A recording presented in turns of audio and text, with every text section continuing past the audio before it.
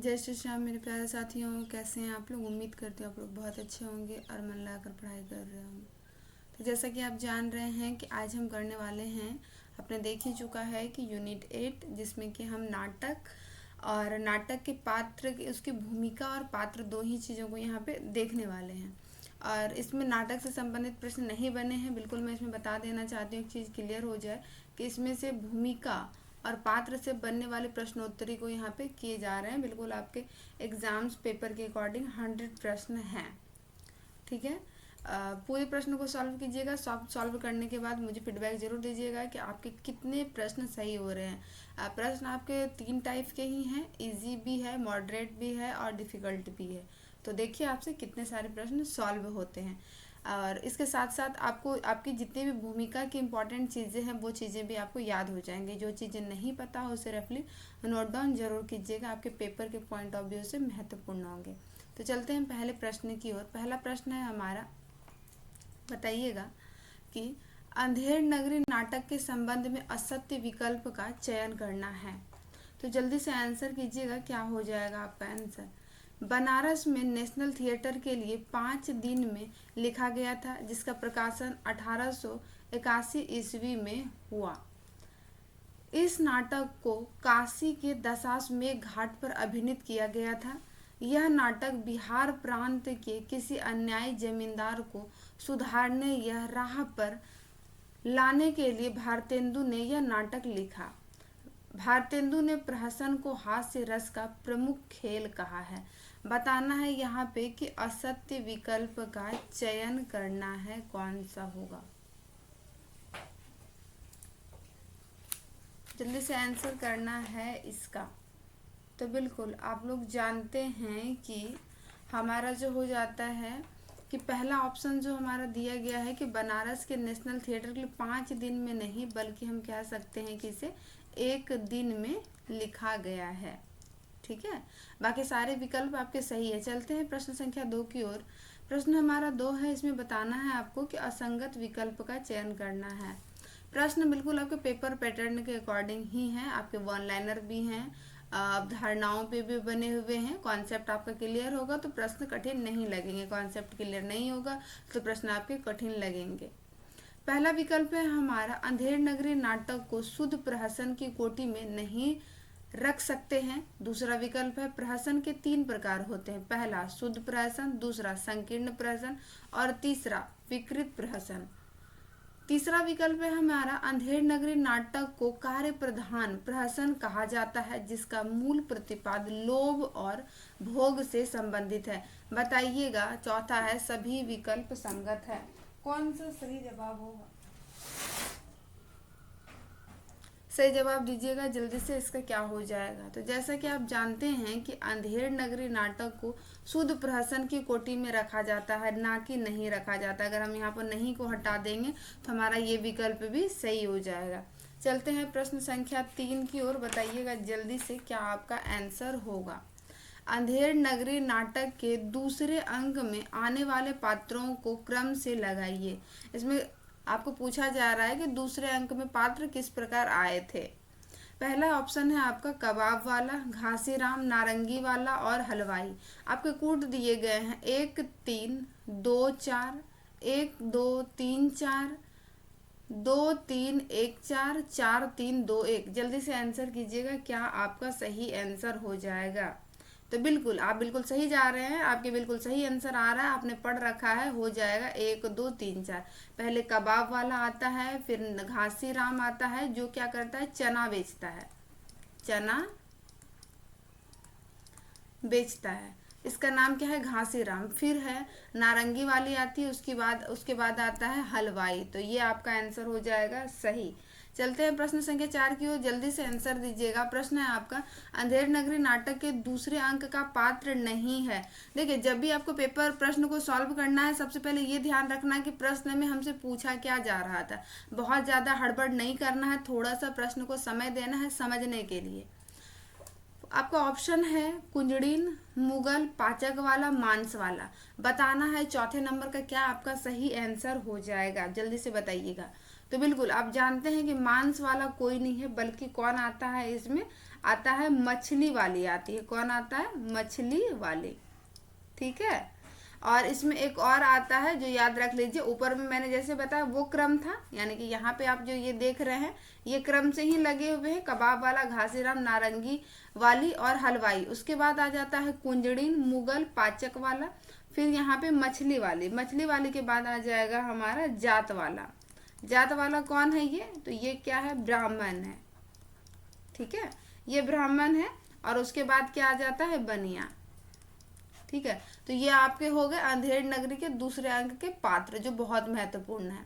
चलते हैं प्रश्न संख्या 5 की ओर, जल्दी से आंसर कीजिएगा। प्रश्न है आपका, अंधेर नगरी के चौथे अंक में आने वाले पात्रों को क्रम से लगाइए। पहला में हमने क्या देखा था? दूसरा अंक, यानी कि जो हमारा बाजार है, बाजार में आने वालों का क्रम पूछा जा रहा था। यहाँ पे पूछा जा रहा है कि चौथे अंक, चौथा अंक यानी कि हम बोल सकते हैं कि राजसभा, चौथे अंक में आने वाले पात्रों का क्रम लगाना है। आपका विकल्प दिया गया फरियादी, कल्लू, कल्लू बनिया हम बोल सकते हैं, कल्लू बनिया, कारीगर और चूने वाला। यहाँ पे आपका कूट दिया गया है, केवल कूट मिलाना है। ए है आपका 1 3 4 2, बी है 1 2 4 3, सी है 1 2 3 4, डी है 3 2 1 4। कौन सा सही होगा? तो बिल्कुल आप जानते हैं कि पहले फरियादी आता है, कल्लू बनिया को लाता है, फिर कारीगर आता है, फिर चूने वाला आता है। तो कौन हो जाएगा हमारा सही विकल्प? हो जाएगा इसमें 1 2 3 4, यानी कि जिस क्रम में लगे हुए हैं हमारे, उसी क्रम में ये दिए गए हैं। प्रश्न संख्या 6, बताइएगा जल्दी से आंसर क्या होगा। आपको अगर थोड़ा सा कम दिख रहा है, इसमें छोटे छोटे दिख रहा है, तो आप जूम कर सकते हैं। वीडियो क्वालिटी अगर नहीं सही दिख रही है तो उसे इंक्रीज कर सकते हैं आप। प्रश्न संख्या 6 का जवाब दीजिएगा, जल्दी से आंसर कीजिएगा कि निम्नलिखित में से अंधेर नगरी के पात्र नहीं है, बताना है। भिस्ती, कसाई, गडेरिया और जुलूस वाला। तो कौन सा नहीं है ये पूछा जा रहा है।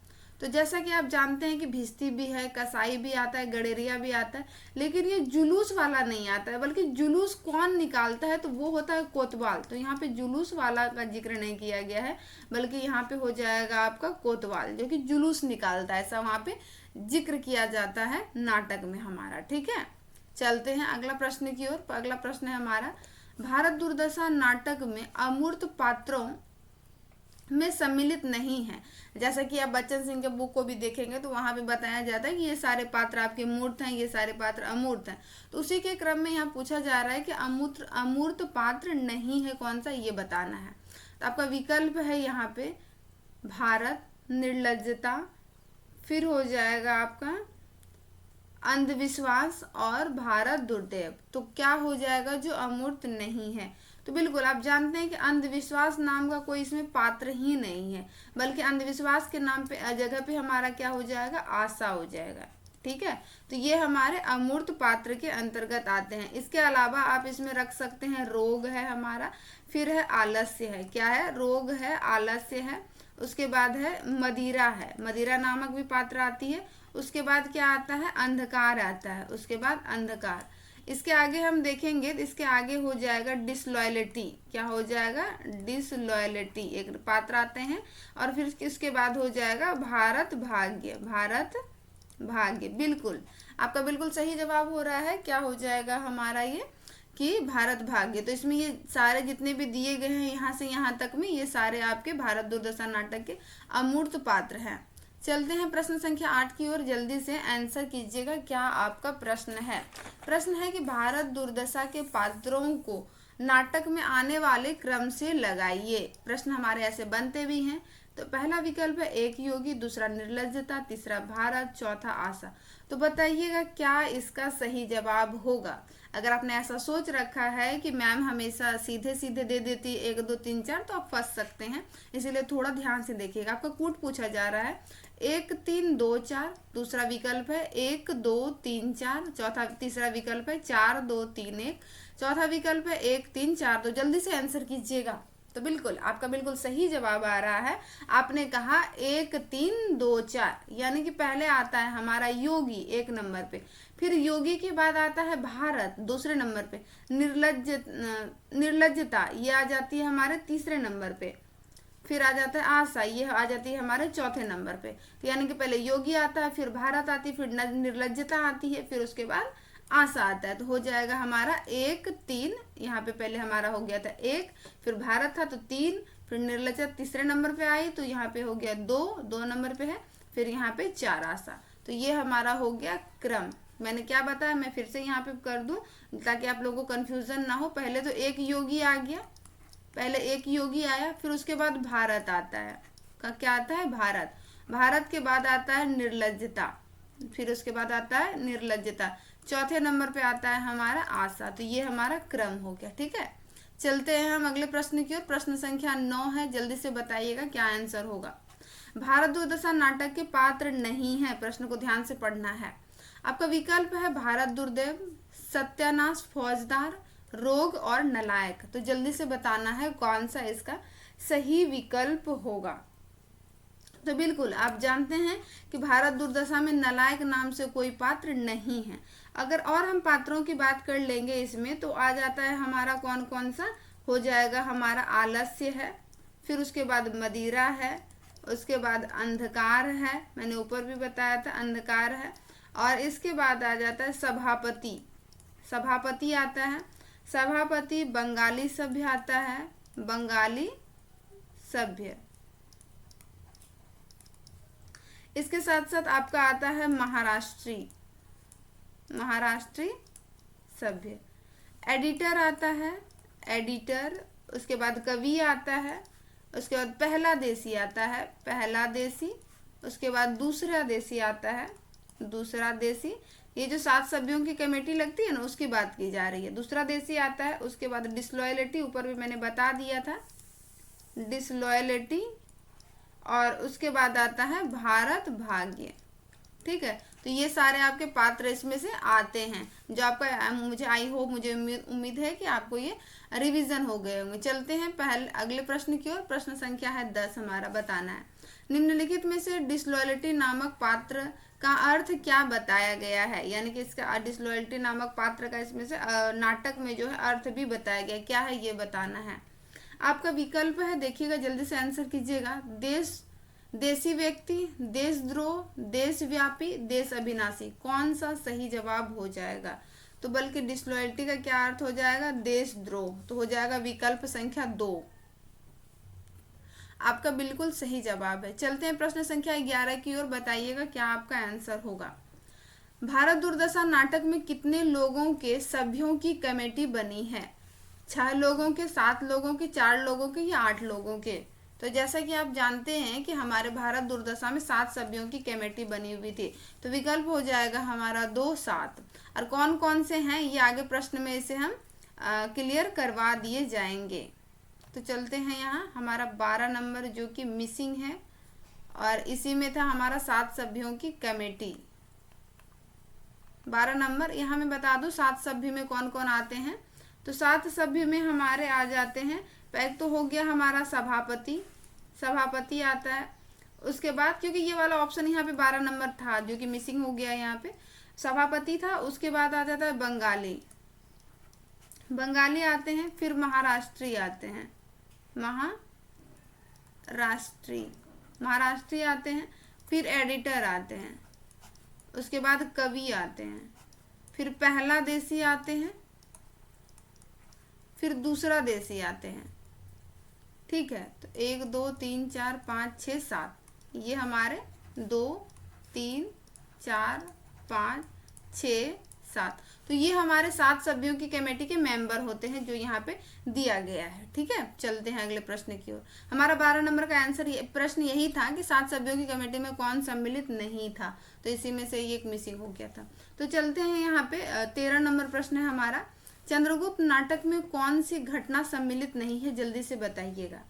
आपका विकल्प है अलछेंद्र का आक्रमण, नंदकुल का पराजय, तीसरा है सेल्यूकस का विस्तार सभा, चौथा है सभी विकल्प संगत है। जल्दी से इसका आंसर दीजिएगा क्या आपका सही हो जाएगा। तो जैसा कि आप जानते हैं कि सेल्यूकस का विस्तार सभा नहीं होगा, बल्कि सेल्यूकस का क्या हो जाएगा, पराभव। पराभव।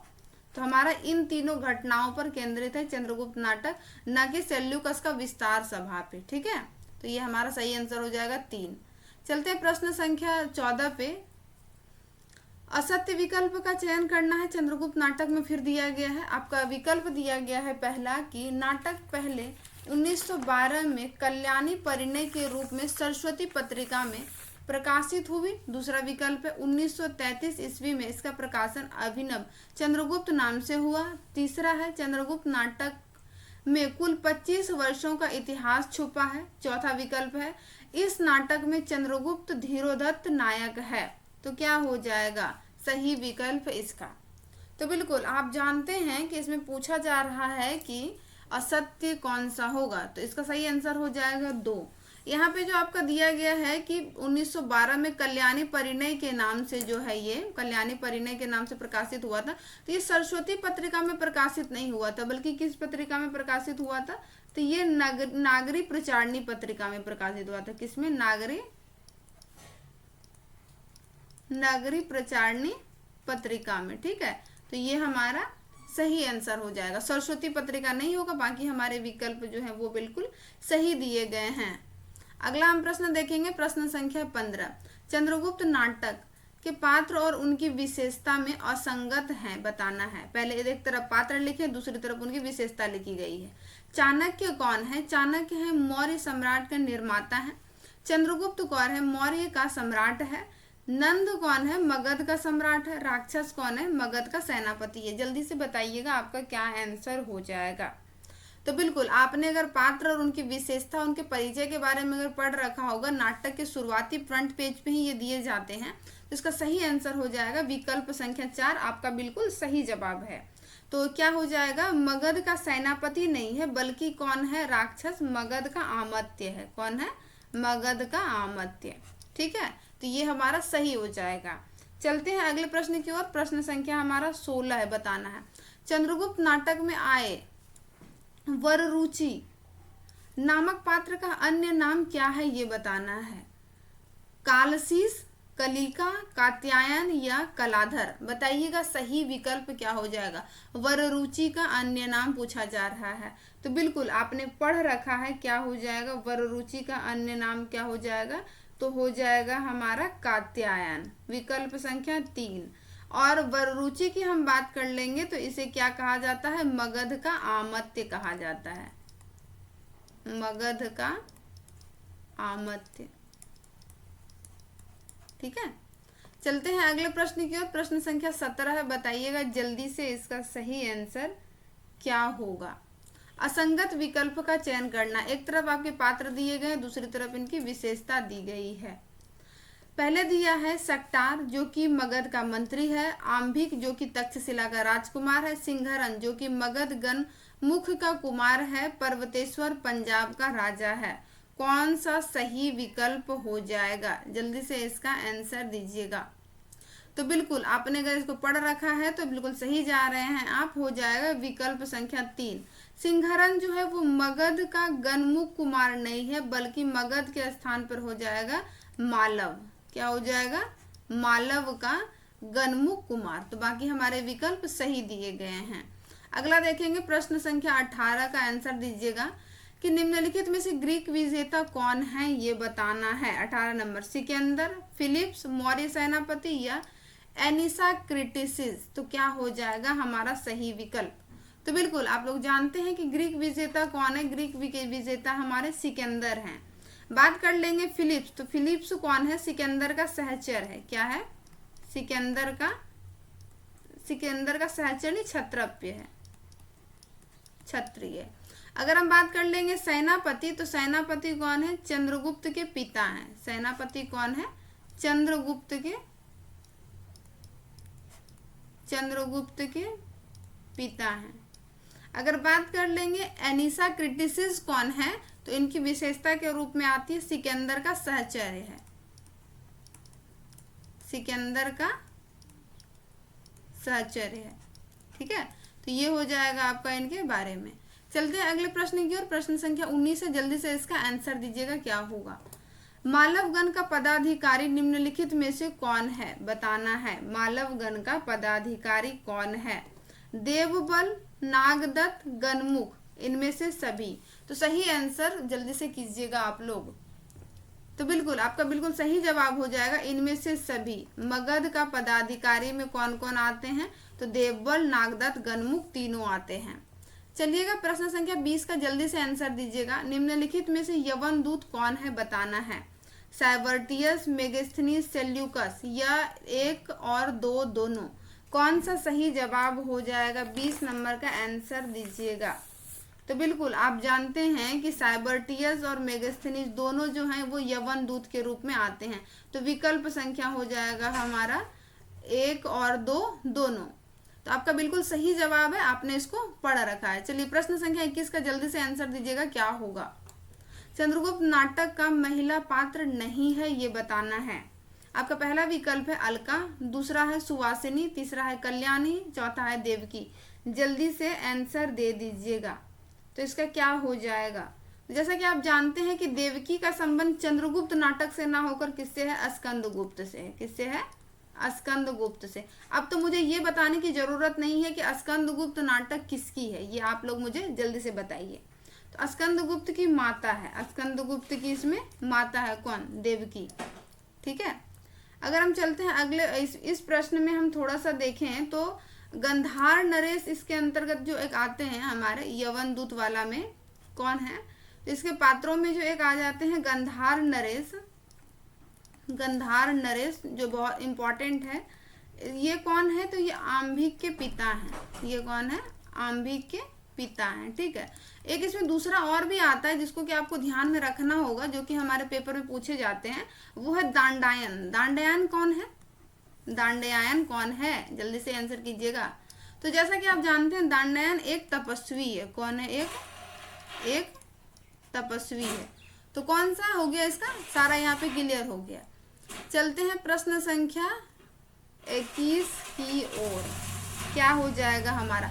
जैसा कि आपने देखा था वहां पे एक हमारा नंबर मिसिंग था, जैसे कि वहां पे 12 नंबर मैंने यहाँ पे बताया था, ये मिसिंग था एक हमारा। तो यहाँ पे देखिए हमारा डबल हो गया। 21 नंबर मैंने यहाँ पे देखा था, 21 नंबर यहाँ पे एक और है। ठीक है। तो ये आप मान के चलिएगा 12 नंबर ही है हमारे। चंद्रगुप्त नाटक के पात्र और उनके परिचय में सुमेलित नहीं है, ये बताना है। कौन सा है जो सुमेलित नहीं है? पहला विकल्प है नीला, लीला कल्याणी की सहेली है। दूसरा विकल्प है हमारा मालविका होगा। यहाँ पे मालविका मगध देश की कुमारी है। तीसरा है कर्नेलिया, सेल्यूकस की कन्या है। एलिस कर्नेलिया की सहेली है। तो इसमें से बताना है कि कौन सा सही नहीं है। तो बिल्कुल आप जानते हैं कि यहाँ पे मालविका जो है वो मगध देश की कुमारी ना होकर क्या हो जाएगी? यहाँ पे सिंधु देश की कुमारी है। कहाँ की है? सिंधु देश। सिंधु देश की कुमारी है। ये सब ना बहुत आसान है। ये इसको अगर आप बेसिकली अगर नाटक को पढ़ना शुरू कर रहे हैं तो सबसे पहले आपको ध्यान रखना है उसकी भूमिका को पढ़ना है। भूमिका को पढ़ने के बाद हमको अगर उसमें पात्र परिचय दिए गए हैं, उनका विशेषता दिया गया, फ्रंट पेज पे दिया गया, तो उसको मल्टीपल टाइम रिवीजन करना होगा, क्योंकि ये तो हमारे सामने फ्रंट पे दिया गया है ना चीजें, इसे गलत करना सही नहीं। हाँ थोड़ा ये हम मान सकते हैं कि हमारे जो जयशंकर प्रसाद जी द्वारा लिखे गए नाटक हैं चंद्रगुप्त, स्कंदगुप्त, ये बहुत लंबे लंबे नाटक होते हैं। ठीक है भाई, लंबे लंबे नाटक होते हैं, पता है, पढ़ने में डिफिकल्ट भी लगता है, समझने में भी डिफिकल्ट लगता है, लेकिन हम पात्र को भी तो पढ़ सकते हैं ना भाई। पूरा नाटक नहीं याद रख सकते, लेकिन मल्टीपल टाइम रिवीजन करके हम पात्र को जरूर याद रख सकते हैं। तो थोड़ा सा इन पे ध्यान दीजिए। जो चीजें आसान है उसको उनको करने का कोशिश कीजिए। कठिन चीजें तो सबके लिए कठिन है, इन चीजों को आपको समझना होगा। ठीक है, कि पेपर में अगर कठिन प्रश्न बनते हैं तो वो सबके लिए कठिन है, ऐसा नहीं कि आपके लिए। ठीक है भाई, कोई 80% बच्चे के लिए कठिन है, 20% के लिए नहीं है, मान के चलते हैं, लेकिन 80 के लिए तो है ना। तो कठिन सबके लिए कठिन होता है, आसान सबके लिए आसान होता है। अगर आप आसान अगर प्रश्न गलत कर रहे हैं ना, इसका मतलब है कि आप कंपटीशन से पहले ही पीछे चल रहे हैं, कंपटीशन में बने हुए भी नहीं है। ठीक है, चलते हैं प्रश्न संख्या 22 की ओर। जल्दी से आंसर दीजिएगा, क्या होगा हमारा सही आंसर। कि स्कंदगुप्त नाटक के संबंध में असंगत विकल्प का चयन करना है। स्कंदगुप्त युवराज विक्रमादित्य है। कुमारगुप्त मगध का सम्राट है। गोविंदगुप्त कुमारगुप्त का भाई है। पुरगुप्त मगध का महानायक है। तो जल्दी से बताना है क्या इसका सही आंसर हो जाएगा। तो बिल्कुल आप जानते हैं कि पुरगुप्त जो है वो मगध का महानायक ना होकर कौन है, बल्कि ये कुमारगुप्त का छोटा भाई है। कुमारगुप्त का छोटा पुत्र है। ठीक है। अगर बात कर लेंगे कि मगध का महानायक कौन है, तो मगध का महानायक जो है वो है पर्णदत्त। ठीक है, मगध का महानायक पर्णदत्त है। और पुरगुप्त कौन है, तो ये हो जाएगा हमारा कुमारगुप्त का छोटा पुत्र है। ठीक है, तो चलते हैं अगला प्रश्न की ओर। प्रश्न संख्या हमारा 23 है। बताइएगा क्या आपका सही आंसर होगा। पात्र और उनके परिचय में असंगत विकल्प का चयन करना है। चक्रपालित ये पर्णदत्त का पुत्र है। बंधुवर्मा मालव का राजा है। मातृगुप्त काव्यकर्ता कालिदास है। प्रपंच बुद्धि बौद्ध महानायक है। बताना है कौन सा सही जवाब होगा। तो बिल्कुल आप जानते हैं प्रपंच बुद्धि कौन है, बौद्ध का महानायक न होकर बौद्ध का क्या है, कापालिक है। बौद्ध का कापालिक है। ठीक है, आप अगर इस क्लास को भी मल्टीपल टाइम रिवीजन कर लेंगे ना, तो आपका पात्र और भूमिका वाला चीज ना बहुत अच्छे से क्लियर हो जाएगा। ठीक है, तो चलते हैं प्रश्न संख्या 24 की ओर। जल्दी से आंसर दीजिएगा। असंगत विकल्प का चयन करना है। आपका विकल्प 1 दिया गया है, सर्वनाग अंतर्वेद का विषयपति है। धातुसेन का अन्य नाम कुमारदास है। कुमारदास के प्रछन्न रूप में सिंघल का राजकुमार है। भट्टार मंत्री कुमारमत्य है। तो कौन सा सही जवाब हो जाएगा। तो जब जानते हैं कि भट्टार कौन है, ये कुमार आमत्य के रूप में जो आता है, इसमें वो आता है पृथ्वी सेन। कौन आता है, पृथ्वी सेन। अगर बात कर लेंगे यहाँ पे हम कि भट्टार मंत्री के रूप में कौन आता है, तो ये आता है महाबलाधिकृत। महाबलाधिकृत। ठीक है, चलते हैं हम अगले प्रश्न की ओर। प्रश्न थोड़े से कठिन है, मैं समझ पा रही हूँ, लेकिन आपके पॉइंट ऑफ एग्जाम्स के पॉइंट ऑफ व्यू से महत्वपूर्ण है। प्रश्न संख्या 25 का आंसर दीजिएगा। इसमें पूछा जा रहा है कि संगत विकल्प का चयन करना है आपको, कौन सा हो जाएगा। पहला विकल्प दिया गया है कि मैं थोड़ा सा जूम कर लूं,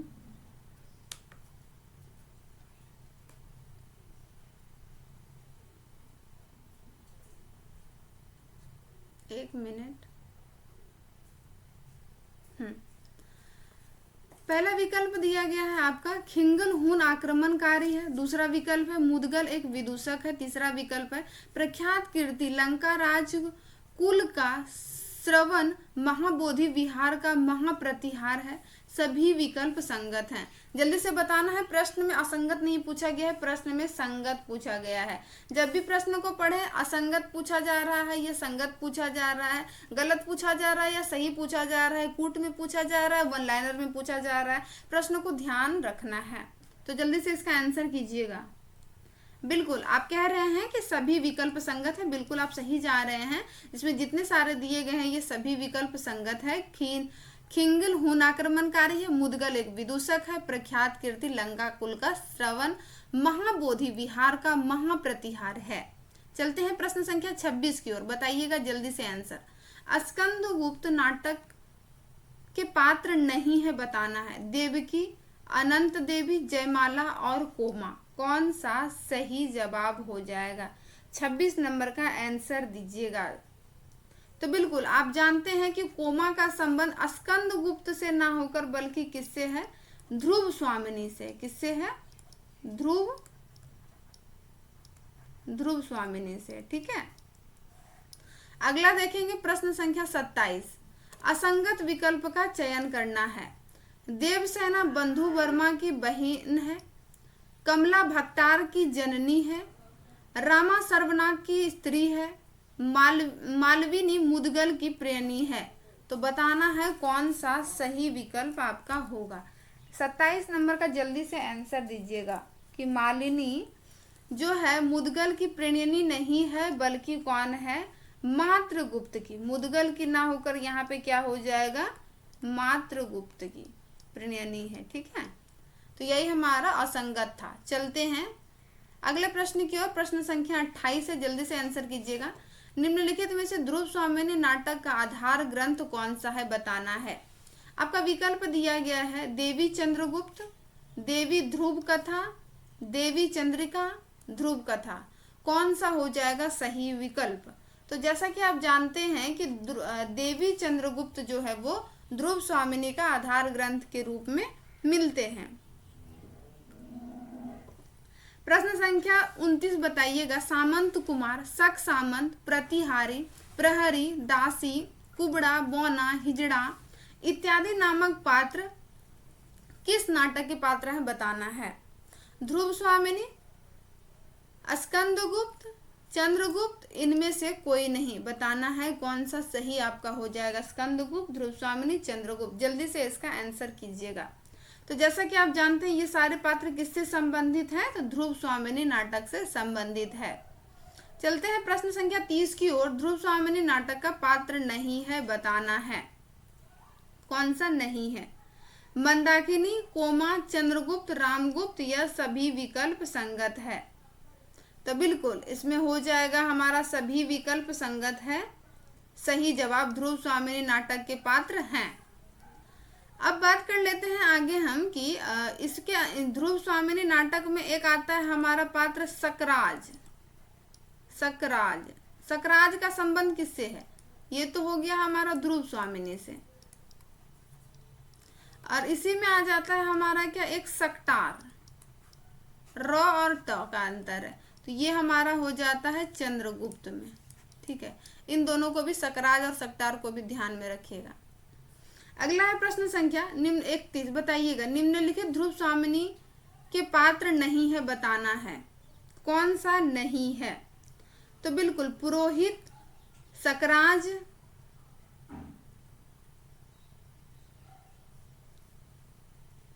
सकराज, खिंगिल और मिहिर देव कुमारी। कौन सा होगा, बताना है ध्रुव स्वामिनी नाटक में।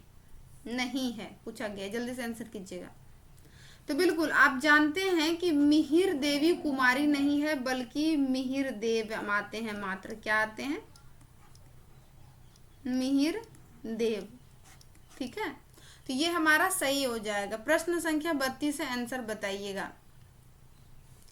अंधा युग नाटक का पात्र नहीं है, बताना है। अश्वत्थामा, कृष्ण, बलराम, सभी विकल्प संगत है। जल्दी से आंसर कीजिएगा 32 नंबर का। तो बिल्कुल आप जानते हैं कि इसमें से अश्वत्थामा भी आते हैं, कृष्ण भी आते हैं और बलराम भी आते हैं।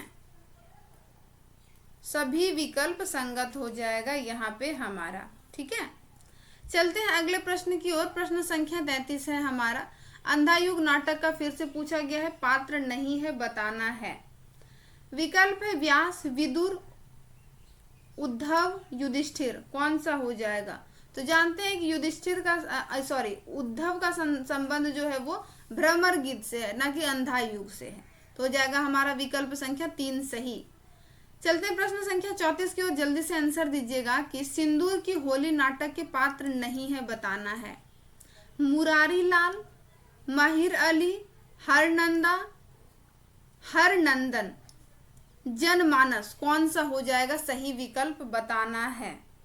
तो आप जानते हैं कि जनमानस नाम का पात्र नहीं है। जन नाम से भले ही आते हैं लेकिन जन मानस नहीं आते हैं। जनमानस होगा यहाँ पे मेरा लिखने का मतलब था, ठीक है। तो इसका ये हो जाएगा हमारा गलत विकल्प है कि जनमानस नहीं होते हैं बल्कि जन आते हैं, ठीक है। तो हमारे बाकी सारे विकल्प सही दिए गए हैं, 4 हमारे गलत थे। चलते हैं प्रश्न संख्या 35 की ओर, बताइएगा सही आंसर। आधे अधूरे नाटक का पहला मंचन कहाँ हुआ था? कलकत्ता में, दिल्ली में, बम्बई में या पटना में? तो बिल्कुल आप जानते हैं आधे अधूरे का पहला मंचन जो कहाँ हुआ था, तो हुआ था दिल्ली में। अगला प्रश्न देखेंगे, प्रश्न संख्या 36, बताइएगा जल्दी से आंसर। आधे अधूरे नाटक के संबंध में असंगत विकल्प का चयन करें। पहला विकल्प आपका दिया गया है, पहला मंचन दिल्ली में देशांतर द्वारा श्री ओम शिव पुरी के निर्देशन में मार्च 1969 ईस्वी में हुआ। दूसरा विकल्प है काला सूट वाला आदमी ओम शिव पुरी है। स्त्री नामक पात्र के रूप में सुधा शिवपुरी तथा पुरुष एक पात्र के रूप में ओम शिवपुरी भूमिका निभाते हैं। विकल्प 4 है लड़का नामक पात्र के रूप में दिनेश ठाकुर किरदार निभाते हैं। बताना है असंगत विकल्प क्या हो जाएगा। तो बिल्कुल जैसा कि आप जानते हैं कि इसका दिया गया जो है कि ये निर्देशन मार्च 1969 ईस्वी में ना होके हमारा कब हुआ था, बल्कि फरवरी में हुआ था। फरवरी में 1969 ईस्वी में हुआ था। बाकी जितने भी यहाँ पे विकल्प दिए गए सही हैं, ये हमारे असंगत पूछे गए थे, तो 1 नंबर हमारा सही हो जाएगा। अगर हम यहाँ पे फरवरी लगा देते हैं तो ये भी विकल्प हमारा बिल्कुल चारों सही हो गया। ठीक है, तो चलते हैं प्रश्न संख्या 37 की ओर। जल्दी से बताइएगा। असंगत विकल्प का चयन करना है। आपके एक तरफ पात्र दिए गए हैं, उनके भूमिका कर्ता दिए गए हैं, कौन कौन है। तो बिल्कुल सही जवाब दीजिएगा आप। तो बिल्कुल आप जानते हैं कौन सा सही हो जाएगा। पहला है हमारा विकल्प बड़ी लड़की अनुराधा कपूर है, छोटी लड़की की भूमिका ऋचा व्यास करते हैं, लड़का का भूमिका दिनेश यादव करते हैं, पुरुष 1, 2, 3, 4 के रूप में ओम शिवपुरी आते हैं। तो कौन सा असत्य विकल्प होगा। जैसा कि आपने अभी पढ़ रखा है था ऊपर में ही कि लड़का की भूमिका दिनेश यादव ना करके बल्कि कौन करते हैं, दिनेश ठाकुर करते हैं। कौन करते हैं, दिनेश ठाकुर करते हैं। अगला प्रश्न देखिएगा, प्रश्न संख्या 38 है। जल्दी से इसका आंसर दीजिएगा क्या हो जाएगा। आधे अधूरे मुझे समकालीन जिंदगी का पहला सार्थक हिंदी नाटक लगता है। उपर्युक्त कथन किसका है, बताना है आपको। बिल्कुल आप जानते हैं इसका ऑप्शन है ओम शंकर, ओम प्रसाद, ओम शिवपुरी, इनमें से कोई नहीं। 38 नंबर का आंसर दीजिएगा। क्या हो जाएगा इसका सही आंसर। ओम शंकर तो नहीं आता है, ओम शिवपुरी है। इसका सही आंसर जो हो जाएगा हमारा ओम शिवपुरी हो जाएगा। ठीक है, चलते हैं। अगला प्रश्न है हमारा 39।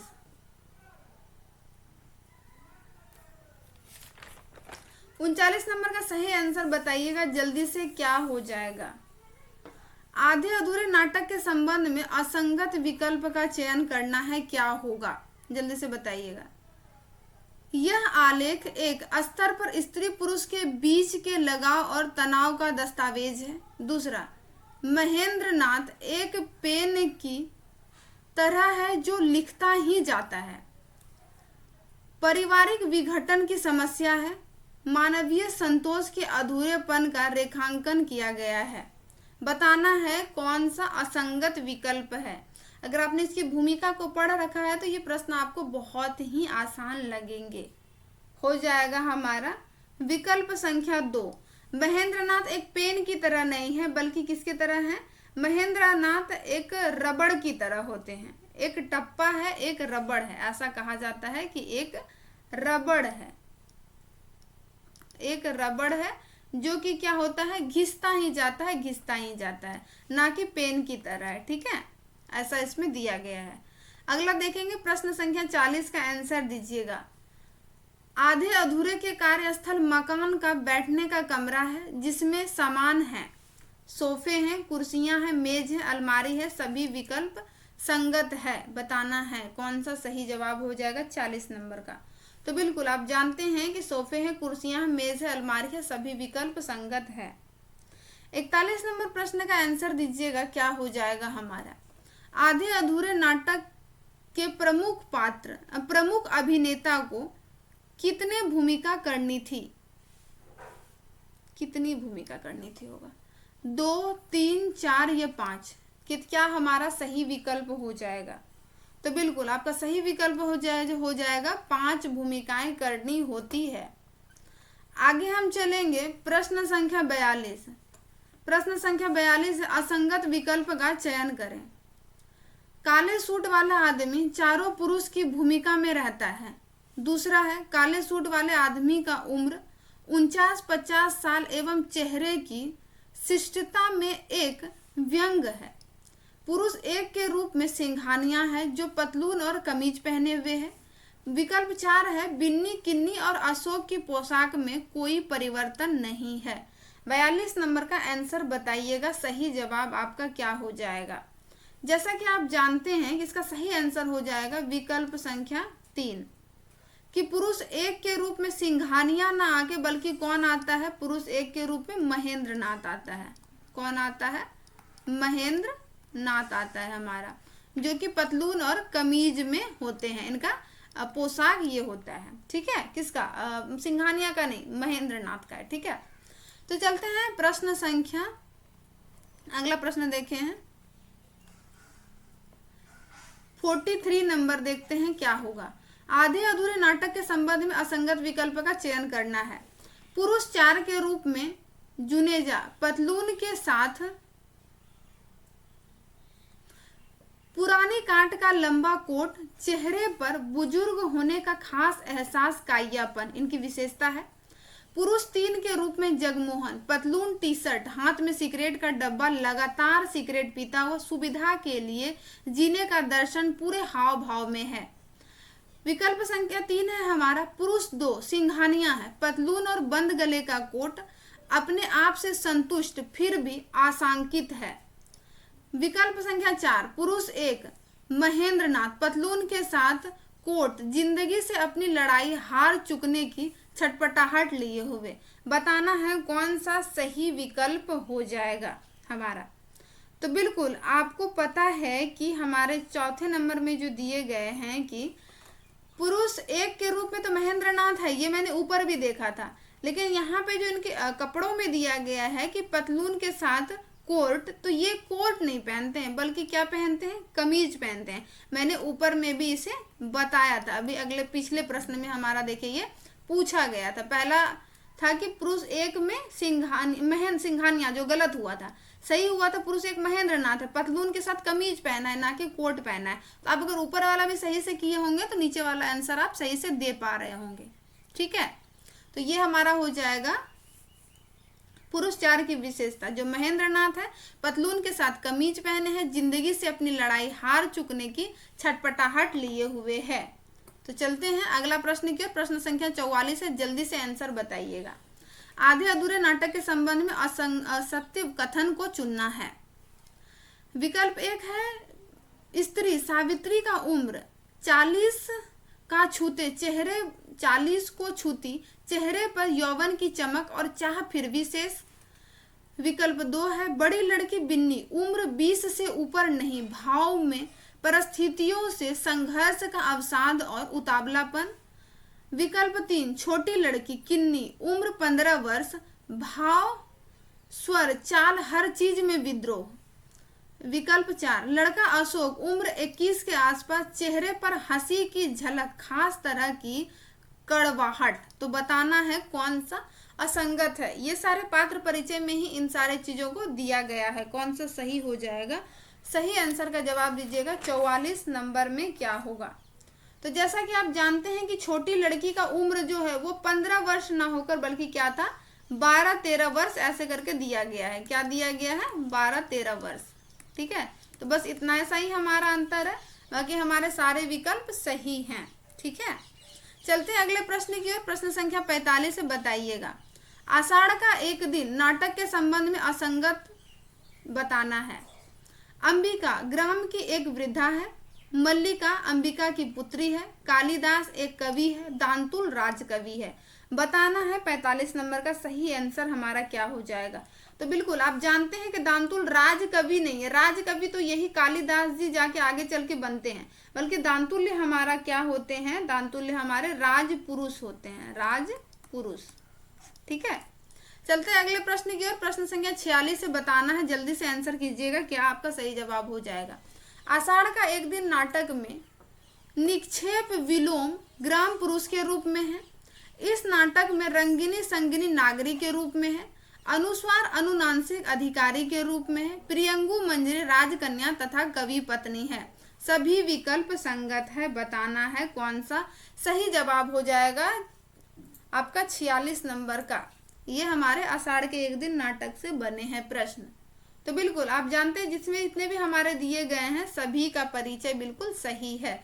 हो जाएगा विकल्प संख्या 5, सभी विकल्प संगत है। 47 नंबर का आंसर दीजिएगा। जिस रंगमंच की आवश्यकता है वह पाश्चात्य रंगमंच से कहीं भिन्न होगा। इस रंगमंच का रूप विधान नाटकीय प्रयोग के अभ्यंतर से जन्म लेगा। उपर्युक्त कथन किस नाटक की भूमिका से लिया गया है? बताना है। सही जवाब क्या हो जाएगा? आधे अधूरे, आषाढ़ का एक दिन, एक और द्रोणाचार्य, कोई विकल्प संगत नहीं है। तो किसके बारे में ये कहा जा रहा है? जल्दी से आंसर दीजिएगा। तो बिल्कुल आपका सही आंसर हो जाएगा आषाढ़ का एक दिन के बारे में ये भूमिका से ली गई है। प्रश्न संख्या 48 से बताइएगा। वर्णा, शौकी, शिवजीत नामक पात्र का संबंध किस नाटक से है? मैं थोड़े से गौण पात्रों को उठाने का कोशिश भी करती हूँ क्योंकि हमारे एग्जाम्स में जो कम पात्रों का जिसका नाम आता है उनका पूछा जाता है, इसीलिए मैंने पेपर भी उसी अकॉर्डिंग बनाया है। आधे अधूरे, आषाढ़ का एक दिन, एक और द्रोणाचार्य और आगरा बाजार। 48 नंबर का आंसर दीजिएगा। तो बिल्कुल अब जानते हैं कि आधे अधूरे से है।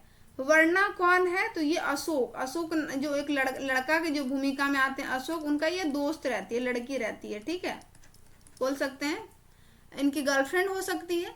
या फिर शौकी कौन रहता है? तो शौकी अशोक को ही बोलते हैं, अशोक को ही क्या बोलते हैं? शौकी बोलते हैं, ठीक है। शिवजीत के बारे में ज्यादा कुछ तो पता नहीं चलता, लेकिन कहीं ना कहीं ये शिवजीत लगता है कि ये सिंघानिया को ही शिवजीत कहा जाता है, ठीक है। तो ये हमारे हो गया। अगला देखेंगे प्रश्न संख्या 49। बताना आगरा बाजार नाटक के संबंध में असत्य कथन चुने। पहला विकल्प है हमारा, पहला अंक आगरे की वस्तु स्थिति नजीर के अपने परिचय से शुरू होता है जिसे फकीर गाते हैं। दूसरा विकल्प है नाटक 2 अंकों में तथा प्रकाशन 1954 या 55 में है जिसके लेखक हबीब तनवीर हैं। तीसरा विकल्प है दूसरा अंक बंजारा से शुरू होता है और आदमी नामा पे समाप्त होता है। चौथा विकल्प है हमारा, इस नाटक में ककड़ी बेचने वाले की कहानी है जिसकी ककड़ी कोई नहीं खरीदता। आखिर वह नजीर अकबराबादी के नज्मों की मदद से ककड़ी बेचने का प्रयास करता है तो भी नहीं बिकता है। तो बताना है कौन सा इसका सही जवाब होगा। तो बिल्कुल आप जानते हैं कि जब वो नजीर अकबराबादी के नज्मों पर ककड़ी बेचता है तब उसकी ककड़ी बिकता है, ना कि नहीं बिकता। अगर आपने नाटक पढ़ा होगा तो शुरुआती में ये चीजें दी गई थी, इसीलिए मैंने इसको यहाँ से उठा लिया था, ठीक है। चलते हैं प्रश्न संख्या 50 के ऊपर। बाकी हमारे सही सभी विकल्प सही हैं। कहीं कहीं इनका प्रकाशन वर्ष 55 मिलता है, कहीं कहीं 54 मिलता है, तो इसीलिए मैंने यहाँ पे इनको दोनों को रख दिया। और आपको भी दोनों को याद रखना है, पेपर में कभी कभी इस टाइप से भी कंफ्यूजन हो जाते हैं, कभी 54 आ जाते हैं, कभी 55 आ जाते हैं, दोनों रहेगा तो हम सही लगा लेंगे। प्रश्न संख्या 50 है, आधे पड़ाव को हम पार कर चुके हैं। बताइएगा, आगरा बाजार नाटक का पात्र है फकीर, लड्डू वाला, तरबूज वाला, बर्फ वाला। विकल्प दिया गया केवल 1 2, केवल 2 3 4, 1 2 3, सभी विकल्प संगत हैं। कूट दिए गए हैं आपके 50 नंबर का। जल्दी से सही आंसर बताइएगा। तो यहाँ पे हो जाएंगे सभी विकल्प संगत है, जितने भी हमारे दिए गए सब आगरा बाजार से लिए गए हैं। प्रश्न संख्या 51 है, बताइएगा, आगरा बाजार नाटक के पात्र नहीं है। तमाशबीन, पतंग वाला, बेनी प्रसाद और संगिनी। तो कौन सा हो जाएगा सही विकल्प? जैसा कि आप जानते हैं कि संगिनी का संबंध किससे है? रंगिनी और संगिनी का संबंध हमारे आषाढ़ का एक दिन से है, ठीक है, ना कि हमारे आगरा बाजार से है। तो क्या हो जाएगा हमारा सही आंसर? विकल्प संख्या 4। अगला देखेंगे प्रश्न संख्या 52 नंबर। प्रश्न है हमारा, आगरा बाजार के संबंध में सत्य विकल्प को चुने। याद रखिएगा, यहाँ पे सत्य पूछा जा रहा है। विकल्प आपका दिया गया है, यह नाटक हबीब तनवीर द्वारा लिखित है। इसमें सामाजिक और सांस्कृतिक समस्याओं को दिखाया गया है। इस नाटक में स्थानीय सांस्कृतिक लोक जीवन और परंपराओं का भी चित्रण है।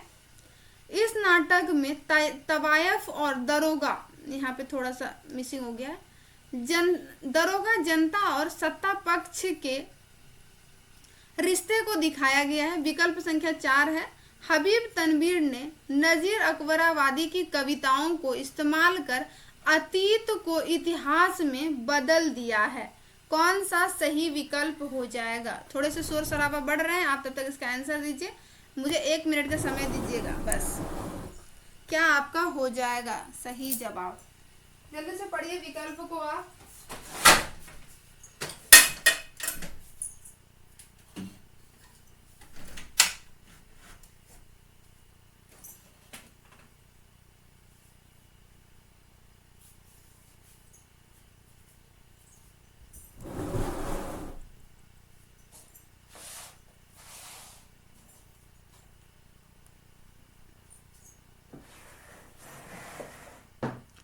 बिल्कुल आपने देख लिया होगा कि क्या हो जाएगा सही आंसर इसका। तो बिल्कुल इसका सही आंसर जो हो जाएगा वो है, प्रश्न क्या था हमारा? सत्य पूछा गया था ना 52 नंबर में, तो इसका हो जाएगा 1, 2 और 3। यहाँ पे जो ये हमारा दिया गया है ना कि हबीब तनवीर ने नजीर अकबरवादी की कविताओं को इस्तेमाल कर अतीत को इतिहास में बदल दिया है। तो इसमें इतिहास में ना बदल कर क्या किया है, बल्कि समकालीन कर दिया है। अगर हम यहाँ पे समकालीन लगा लेंगे तो ये भी विकल्प हमारा सही हो जाएगा। ठीक है, अगला प्रश्न की ओर बढ़ते हैं हम। अगला प्रश्न है हमारा प्रश्न संख्या 53। आगरा बाजार नाटक में किस सदी के मजदूर वर्ग के लोगों के बीच उर्दू कवि नजीर अकबराबादी को लोकप्रियता दिया गया है? तो किस सदी के लोगों की बात कर रहे हैं? 18वीं सदी, 19वीं सदी, 20वीं सदी या 21वीं सदी? तो 53 नंबर का आंसर दीजिएगा। तो बिल्कुल 18वीं सदी के लोगों के बीच उर्दू कवि नजीर अकबराबादी को लोकप्रियता दिलाई गई है। चलते हैं प्रश्न संख्या 54 की ओर। आगरा बाजार नाटक को दूरदर्शन पर कब दिखाया गया था? बिल्कुल सारे प्रश्न आपके भूमिका से बने हुए हैं, तो बिल्कुल इसका सही आंसर हो जाएगा 1980 ईस्वी में। प्रश्न संख्या 55 है कि आगरा बाजार नाटक के संबंध में असंगत विकल्प का चयन करना है। विकल्प 1 है, 2 फकीर शहर आसोब नाटक की दुर्दशा का वर्णन करते हैं। फकीर कफनी पहने हुए, एक हाथ में कसकोल यानी कि बाल्टी पकड़े हुए और तस्वीर यानी कि जपने की माला पकड़े हुए हैं। ठीक है, तीसरा विकल्प है हमारा, दूसरे हाथ में एक डंडा लोहे के कड़े लिए हुए हैं। इसमें लड्डू वाला बोलता है धैले के 6 तो कौन सा असंगत हो जाएगा बताना है। ये थोड़ा सा शुरुआती फ्रंट पेज से मैंने ये प्रश्न को उठाया है जो कि नाटक से है, पहले पेज पे ही ये सारे दिए हुए हैं। अगर आपने पढ़ा होगा तो आपके लिए बहुत आसान होगा, तो हो जाएगा बिल्कुल। यहाँ पे कसकोल जो है, कसकोल का यानी यहाँ पे बाल्टी नहीं होता है, बल्कि क्या होता है हमारे 55 नंबर का अगर हम देखेंगे तो कसकोल का मतलब हो जाएगा हमारा भिक्षा पात्र, भिक्षा पात्र। ठीक है, तो बाकी यहाँ पे तस्वीर का अर्थ हो जाएगा जपने की माला। इसे नोट डाउन कर लीजिएगा, पूछा जा सकता है शब्दों के अर्थ में। ठीक है, ये हमारे HPSC में पूछा भी गया था। यहाँ से तो शायद नहीं बना था, बना था आषाढ़ का एक दिन से। उसमें कुछ ऐसे औषधि का नाम था ना, तो उसका औषधि का नाम पूछा गया था उसमें से। ठीक है, तो चलिए 56 नंबर का आंसर बताइएगा। बकरी नाटक किस शैली में लिखी गई है? नौटंकी शैली में, नरोवा शैली में, कड़वक शैली में या इनमें से कोई नहीं? सही आंसर बताइएगा 56 नंबर का। तो आप जानते हैं कि यह नौटंकी शैली में लिखी गई है। प्रश्न संख्या 57 का आंसर बताइएगा, जल्दी से आंसर कीजिएगा। बकरी नाटक के पात्र में सम्मिलित नहीं है, प्रश्न को ध्यान से पढ़ना, जल्दी से आंसर दीजिएगा। सत्यवीर, धर्मवीर, कर्मवीर और दुर्जन सिंह। अगर आपने नाटक को पढ़ा होगा तो बिल्कुल सही आंसर तक जा पा रहे होंगे। तो आप जानते हैं कि इसमें धर्मवीर नाम से पात्र नहीं, सत्यवीर है, कर्मवीर है, दुर्जन है, विपत्ति है वगैरह बहुत सारे पात्र हैं, अभी उसके आगे रखे हुए हैं, इसलिए मैं यहाँ पे अभी एक्सप्लेन नहीं करूंगी। 58 नंबर का आंसर दीजिएगा जल्दी से। बकरी नाटक में कौन सा संस्थान नहीं खोला गया था? बकरी शांति प्रतिष्ठान, बकरी संस्थान, बकरी लोकसभा, बकरी सेवा संघ। तो बताना है कौन सा नहीं खोला गया था। तो बिल्कुल आप जानते हैं बकरी लोक सेवक संस्थान जो है नहीं खोला गया था, बल्कि इसके स्थान पर हम ले लेंगे खोला गया था बकरी मंडल।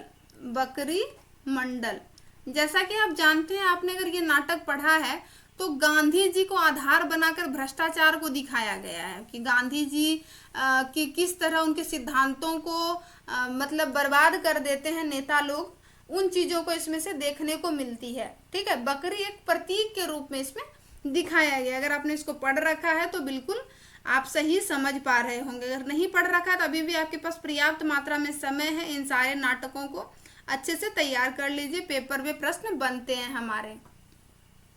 प्रश्न संख्या 59 है, जल्दी से आंसर कीजिएगा। लोक नाटकों में सुखांत समापन के मोह के कारण नाटक विधा की जटिल संस्थान के अनुभव की कभी के कारण नाटक जन चेतना के अतिरिक्त उत्साह के कारण नाटक अपने अंत में बहुत स्थूल और हल्का लगने लगता है। बकरी नाटक के संबंध में कथन किसका है बताना है? सर्वेश्वर दयाल सक्सेना का, गिरीश रस्तोगी का, रामचंद्र तिवारी का, या फिर बच्चन सिंह का? क्या हो जाएगा हमारा सही आंसर? तो बिल्कुल आप जानते हैं कि ये विकल्प जो है हमारा बकरी नाटक से संबंधित गिरीश रस्तोगी जी का है। प्रश्न संख्या 60 पे हैं, जल्दी से बढ़ेंगे आगे। बकरी नाटक लिखने के कारण में असंगत विकल्प का चयन करें, यानी कि लेखक इसमें बताते हैं कि ये नाटक ना लिखा जाता अगर ये सारे कारण नहीं होते तो क्या हो जाएगा? पहला विकल्प है हमारा, यदि हिंदी में कोई ऐसा नाटक होता जिसमें जन चेतना को लोक भाषा और लोक रूपों के माध्यम से सामाजिक अन्याय के साथ जोड़ने एक नया व्याकरण देखने को मिलता। विकल्प 2 है, यदि हिंदी के तथा कथित श्रेष्ठ नाटक बड़े प्रेक्षागृहों, भारी तामझाम और विद्वित प्रेक्षक समाज के मुहताज न होते। विकल्प 3, यदि हिंदी के नाटककार यश प्रार्थी न होकर आम आदमी की पीड़ा आम आदमी की जबान में आम आदमी के बीच ले जाना हिंदी रंगमंच के बिना आज अनिवार्य मानते। चौथा है, सभी विकल्प संगत है। बताइएगा कौन सा, किन सारे कारणों से बकरी नाटक लिखे हैं सर्वेश्वर दयाल सक्सेना जी ने? तो क्या हो जाएगा इसका सही आंसर 60 नंबर का? तो बिल्कुल आप जानते हैं कि इसका हो जाएगा सभी विकल्प संगत है। इन तीनों के बारे में लेखक बताते हैं। ठीक है, तो ये मुझे आपकी जानकारी के हिसाब से मुझे ये प्रश्न को यहाँ पे रखना था ताकि आप देख लें। प्रश्न संख्या 61 है, जल्दी से बताइएगा। बकरी नाटक के उद्देश्य को पूरा करने के लिए नाटक कहाँ कहाँ खेला जाए? गांवों में, कस्बों में, मजदूर बस्तियों में, स्कूलों में, कॉलेजों में। कूट है 1 2 3, तीसरा है सभी विकल्प संगत है। क्या हो जाएगा बताना है? तो बिल्कुल सभी विकल्प संगत है। गांवों में, कस्बों में, मजदूर बस्तियों में और स्कूल और कॉलेजों में भी। ओम शांति। सॉरी दोस्तों, अगला प्रश्न देखेंगे। प्रश्न संख्या 62 है हमारा। बकरी नाटक के पात्र और भूमिका करने वाले व्यक्ति में असंगत है, बताना है। नट की भूमिका अनिल कुमार करते हैं, नटी कविता यादव करते हैं। दुर्जन सिंह की भूमिका पंकज कपूर, कर्मवीर की भूमिका राकेश सक्सेना। बताना है असंगत विकल्प कौन सा होगा। तो बल्कि आप जहाँ पे जानते हैं कि कविता यादव ना होकर नटी की भूमिका में कविता नागपाल है। कौन है? कविता नागपाल है हमारा। ठीक है, प्रश्न संख्या 63 देखेंगे। निम्नलिखित में से बताइए कि सत्यवीर की भूमिका में कौन सा व्यक्ति है? बताना है आपको सही जवाब। सुभाष त्यागी, मनीष मनोजा, सहला हाशमी, सफदर हाशमी। कौन सा सही हो जाएगा जो सत्यवीर की भूमिका में पहले मंचन में आते हैं? तो बिल्कुल आप जानते हैं कि मनीष मनुजा जो है वो सत्यवीर की भूमिका में आते हैं, बल्कि सिपाही की भूमिका में सुभाष त्यागी आते हैं। कौन है? सिपाही की भूमिका में सहला आसमी जो है वो किसकी भूमिका में आती है? तो विपति, एक स्त्री आती है ना, विपति की भूमिका में आते हैं। युवक की भूमिका में जो है ये आते हैं हमारे सफदर हाशमी। किसकी भूमिका में? युवक की भूमिका में। यहाँ पे मेरा इतना सारा ये बताने का मतलब ये नहीं कि बस आप पेपर को सॉल्व कर लीजिए। मेरा बताने का मतलब है कि कहीं ना कहीं आप चीज़ों को अगर आप इस तरह से भी पढ़े हुए रहते हैं ना तो आप पेपर में सही कर लीजिएगा। इसीलिए मैं इन चीज़ों को भी यहाँ पे एक्सप्लेन करके बताने का कोशिश कर रही हूँ। ठीक है, उम्मीद है कि आपको ये समझ में आएंगे और मुझे फीडबैक देकर जरूर बताइएगा। प्रश्न संख्या 64 है, बताइएगा बकरी नाटक के संबंध में असत्य विकल्प चुनना है।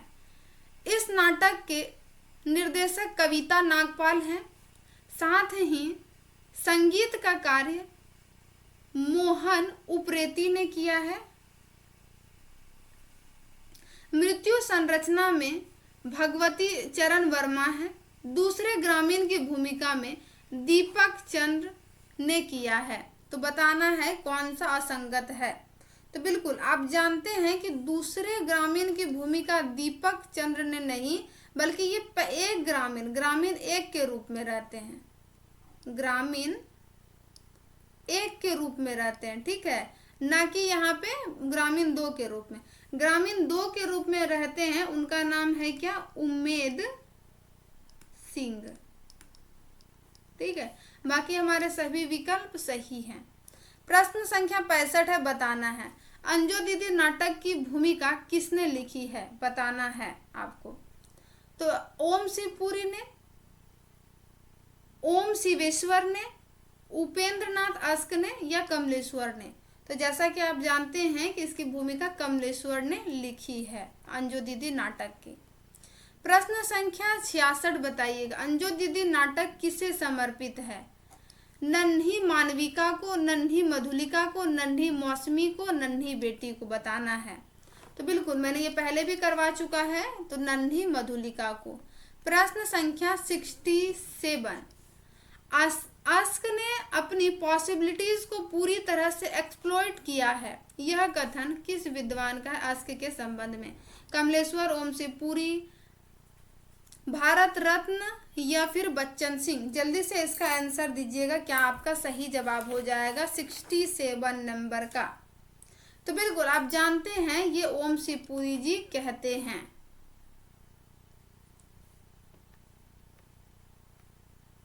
अंजू दीदी नाटक की भूमिका कमलेश्वर, मुझे इसमें थोड़ा सा कंफ्यूजन हो रहा है कि ओम शिवपुरी है या ये कमलेश्वर में लिखी, मेरे जहन में नहीं आ रहा है। ठीक है, इसको आप लोग एक बार रीचेक कर लीजिएगा। ठीक है, 65 नंबर का। ठीक है, और मुझे कमेंट सेक्शन में बता दीजिएगा। चलते हैं हम अगले प्रश्न की ओर। प्रश्न संख्या 68 है, बताइएगा नाटक के चिंतन और तैयारी में वही प्रतिभा और परिश्रम है जो मानव की सामाजिक प्रवृत्ति को पीढ़ी दर पीढ़ी आते विवाह संस्कारों के रूप में ग्रहण करके देने वाले संवेदनशील रूसी कथाकारों की अपनी विशेषता रही है। उपर्युक्त कथन बताना है कि नाटक की किस नाटक की भूमिका से ली गई है। आपका विकल्प है, जल्दी से आंसर दीजिएगा। अंजू दीदी, आधे अधूरे, आषाढ़ का एक दिन या महाभोज? 68 नंबर का आंसर कीजिएगा। तो बिल्कुल आप जानते हैं इसका सही आंसर हो जाएगा हमारा अंजू दीदी। ठीक है, चलते हैं प्रश्न संख्या 69 पे। 69 है हमारा, इसमें संदेह नहीं कि अस्क ने पूरे यथार्थ के साथ नाटकीय तत्वों को उभारते हुए आवश्यक मानवीय सहानुभूति, मनुष्य की भावात्मक संस्कारगत विशेषताओं का उचित ध्यान रखे हुए कथा को प्रस्तुत किया है। अस्क के नाटक के संबंध में किस विद्वान का कथन है? गिरीश रस्तोगी, ओम शिवपुरी, बच्चन सिंह या राजेंद्र यादव? क्या हो जाएगा हमारा सही जवाब 69 नंबर? तो ये राजेंद्र यादव अस्क जी के संबंध में, नाटक के संबंध में कहते हैं। अगला प्रश्न देखेंगे, प्रश्न संख्या 71 बताइएगा अंजू दीदी नाटक का पहला अंक बम्बई में हिंदी विद्यार्थी मंडल द्वारा सेंट जेविलियर कॉलेज में कब अभिनीत हुआ था? आपका विकल्प है 30 जनवरी 1954, 22 जनवरी 1956, 25 जनवरी 1958, 26 जनवरी 1985। बताना है कौन सा सही विकल्प आपका होगा। तो बिल्कुल आप जानते हैं कि इसका सही विकल्प जो हो जाएगा वो हो जाएगा 30 जनवरी 1954। अगला प्रश्न है हमारा प्रश्न संख्या 72। बताइएगा, अंजू दीदी नाटक का दूसरा मंचन लक्ष्मी टॉकीज इलाहाबाद के हॉल में कब हुआ था? 2 बार इसका मंचन हुआ है, 2 निर्देशक भी रहे हैं इनके। तो 22 जनवरी 1958 में, 22 जनवरी 1956 में, 23 जनवरी 1975 में, 24 जनवरी 1955 में। 72 नंबर का आंसर दीजिएगा, क्या हो जाएगा? तो बिल्कुल आप सही जा रहे हैं, 22 जनवरी 1956 में। ठीक है, अगला देखेंगे हम प्रश्न संख्या 73। अंजू दीदी का पहला मंचन 30 जनवरी 1954, जो मैंने अभी यहाँ पे ऊपर में देखा है, इन्हीं के बारे में कहा जा रहा है कि किसके नेतृत्व या फिर निर्देशन में हुआ है? श्री रूपल सिंह, श्री सुरेंद्र शरत, श्री सत्येंद्र शरत, श्री उपेंद्र अस्क। बताना है उपेंद्र नाथ अस्क किसके निर्देशन में हुआ था? 73 नंबर का बताइएगा। तो बिल्कुल श्री सत्येंद्र शरत के निर्देशन में हुआ था। प्रश्न संख्या 74 नंबर का बताइएगा, अंजू दीदी नाटक का दूसरा मंचन 22 जनवरी 1956 को किसके निर्देशन में हुआ था? बताना है। श्री राजा जोशी, श्री राजेश जोशी, श्री राज जोशी, श्री राम जोशी। बताना है 74 नंबर का सही जवाब। तो बिल्कुल श्री राज जोशी के निर्देशन में ये हुआ था। 80 नंबर का आंसर दीजिएगा, क्या हो जाएगा?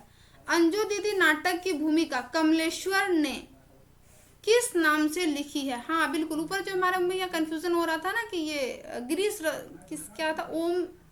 मैं एक बार फिर से जाना चाहूंगी, नहीं तो आप लोग को भी कंफ्यूजन होगा कि हाँ ओम शिवपुरी से हो रहा था ना। नहीं, अंजू दीदी नाटक की भूमिका कमलेश्वर ने ही लिखी है। ठीक है, ये इसका आंसर हम जो ऊपर जो बताने जा रहे थे ना, जिसको कमेंट सेक्शन में पिन कर दीजिएगा, वो हमारा कमलेश्वर ही था।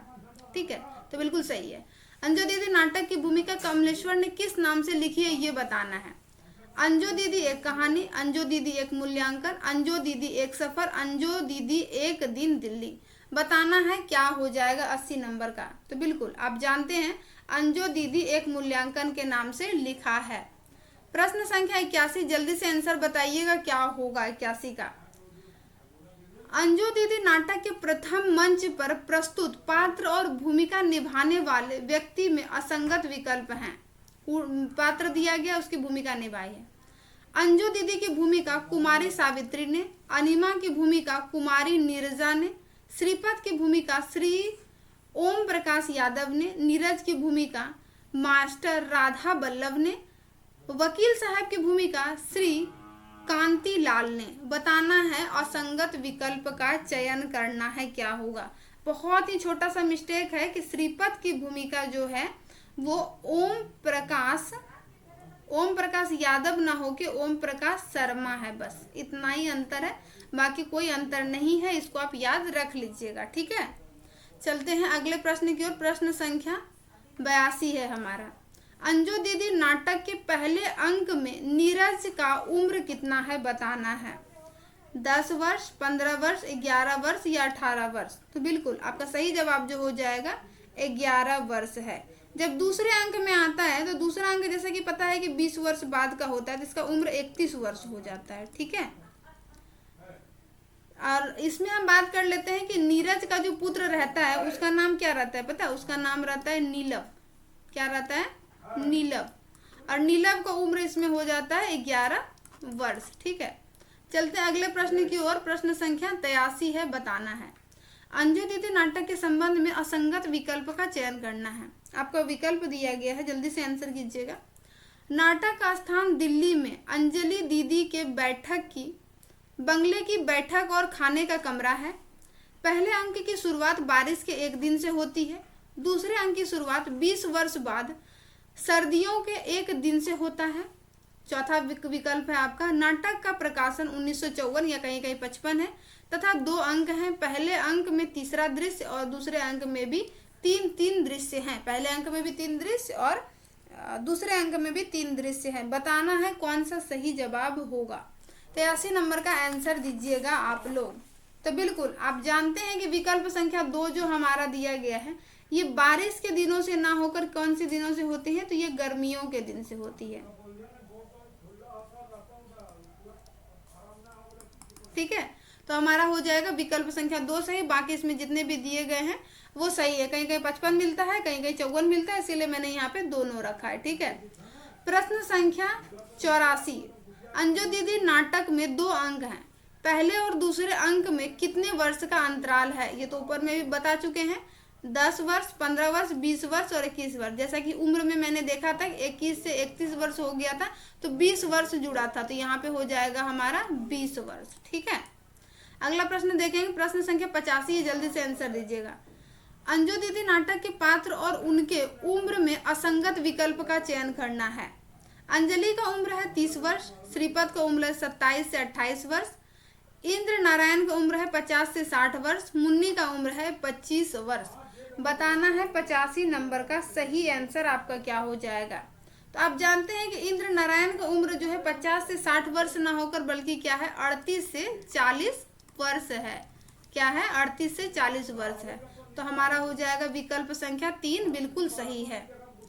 प्रश्न संख्या 86, प्रश्न संख्या 86 बताइएगा, नीरज, नीलम, नजीर नामक पात्र निम्नलिखित में से किस नाटक में आए हैं, ये आपको बताना है। क्या हो जाएगा?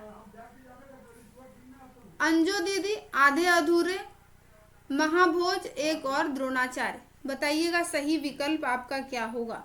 तो बिल्कुल आप जानते हैं कि सही विकल्प हमारा हो जाएगा अंजू दीदी से नीरज, नीलम और नजीर संबंधित है। इसका नीरज का दोस्त रहता है नजीर, एक पात्र इसमें आता है। ठीक है, इसलिए कम जिक्र हुआ, इसलिए मैंने यहाँ पे रखा है। प्रश्न संख्या 87 बताइएगा क्या हो जाएगा। महाभोज नाटक के संबंध में असंगत विकल्प का चयन करना है, जल्दी से आंसर कीजिएगा। दास साहब मुख्यमंत्री हैं, सुकुल बाबू भूतपूर्व मुख्यमंत्री हैं, विरोधी पार्टी में आते हैं, अप्पा साहब सत्तारूढ़ पार्टी के मंत्री हैं, पांडे जी दास साहब के निजी सचिव हैं। 87 नंबर का आंसर दीजिएगा, बिल्कुल क्या हो जाएगा आपका सही जवाब। तो हो जाएगा क्या कि अप्पा साहब जो हैं सत्तारूढ़ पार्टी के मंत्री ना होकर बल्कि क्या हो जाएंगे, इसके अध्यक्ष हैं। ठीक है, यही थोड़ा सा मिस्टेक था इसमें, बाकी हमारे सभी विकल्प सही दिए गए हैं। 88 नंबर का आंसर बताइएगा। महाभोज नाटक के पात्र नहीं है, बताना है।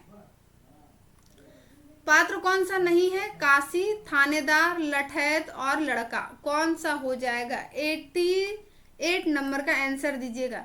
जैसा कि आप जानते हैं यहाँ पे कि लड़का नाम से कोई पात्र नहीं है बल्कि लड़की नाम से, और कौन है वो? जोरावर की लड़की, ऐसा उसमें नाटक में दिया गया है।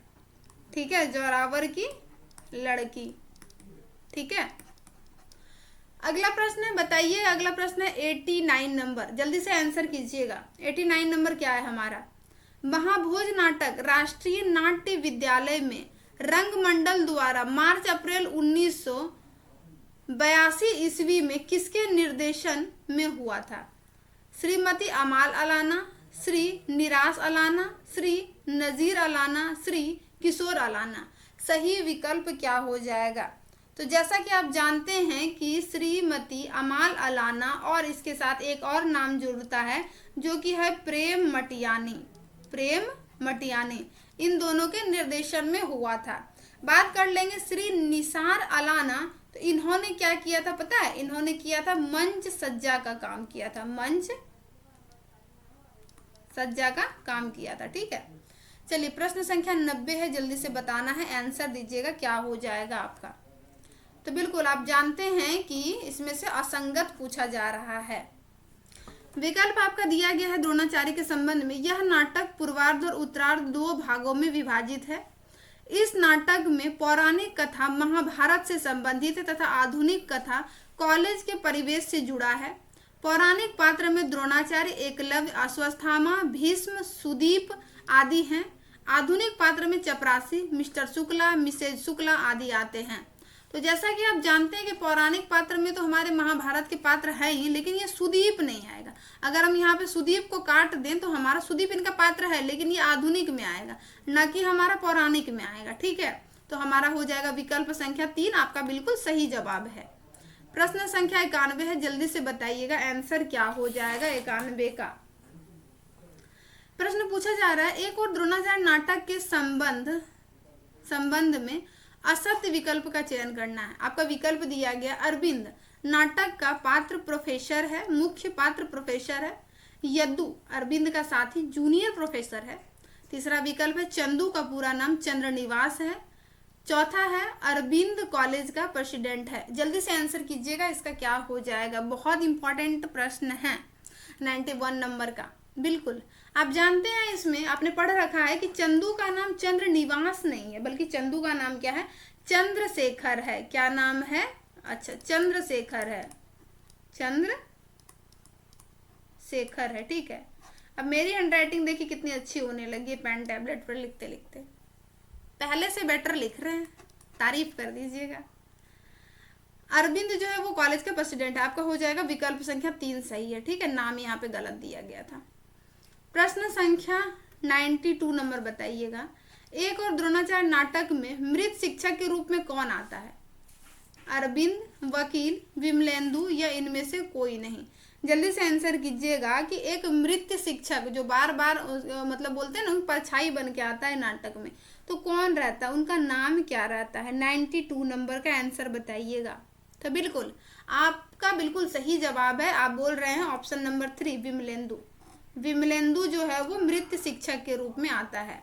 93 नंबर, एक और द्रोणाचार्य नाटक में आए प्रिंसिपल का उम्र कितना है बताना है। 70 वर्ष, 60 वर्ष, 50 वर्ष या 30 वर्ष।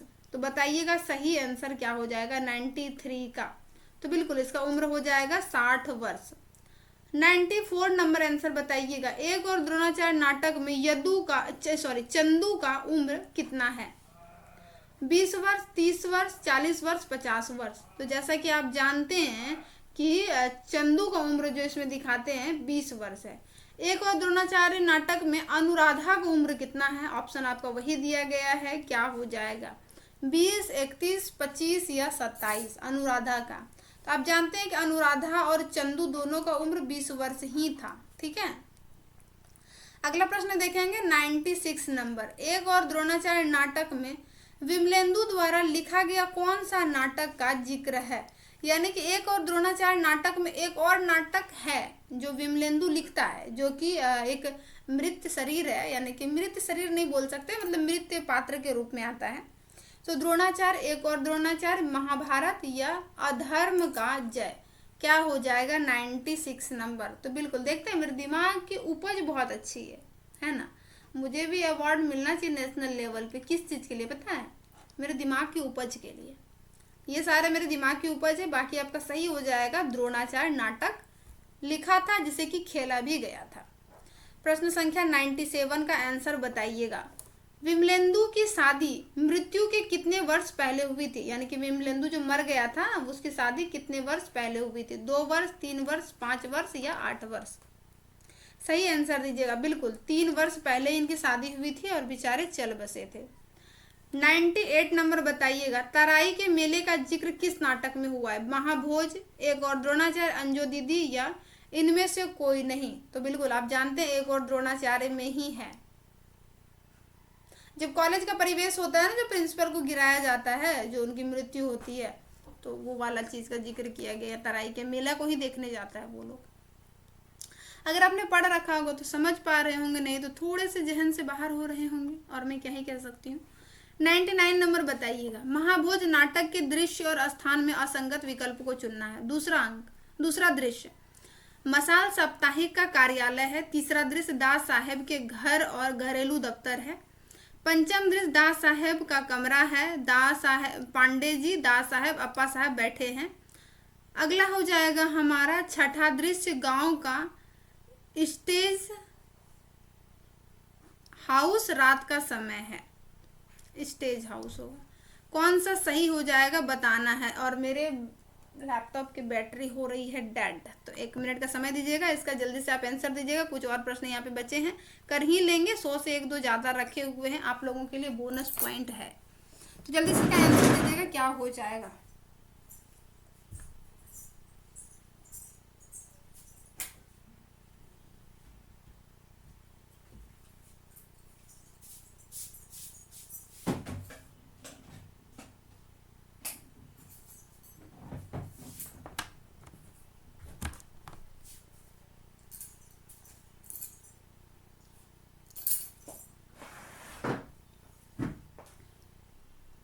क्या हो जाएगा इसका सही जवाब 99 नंबर का।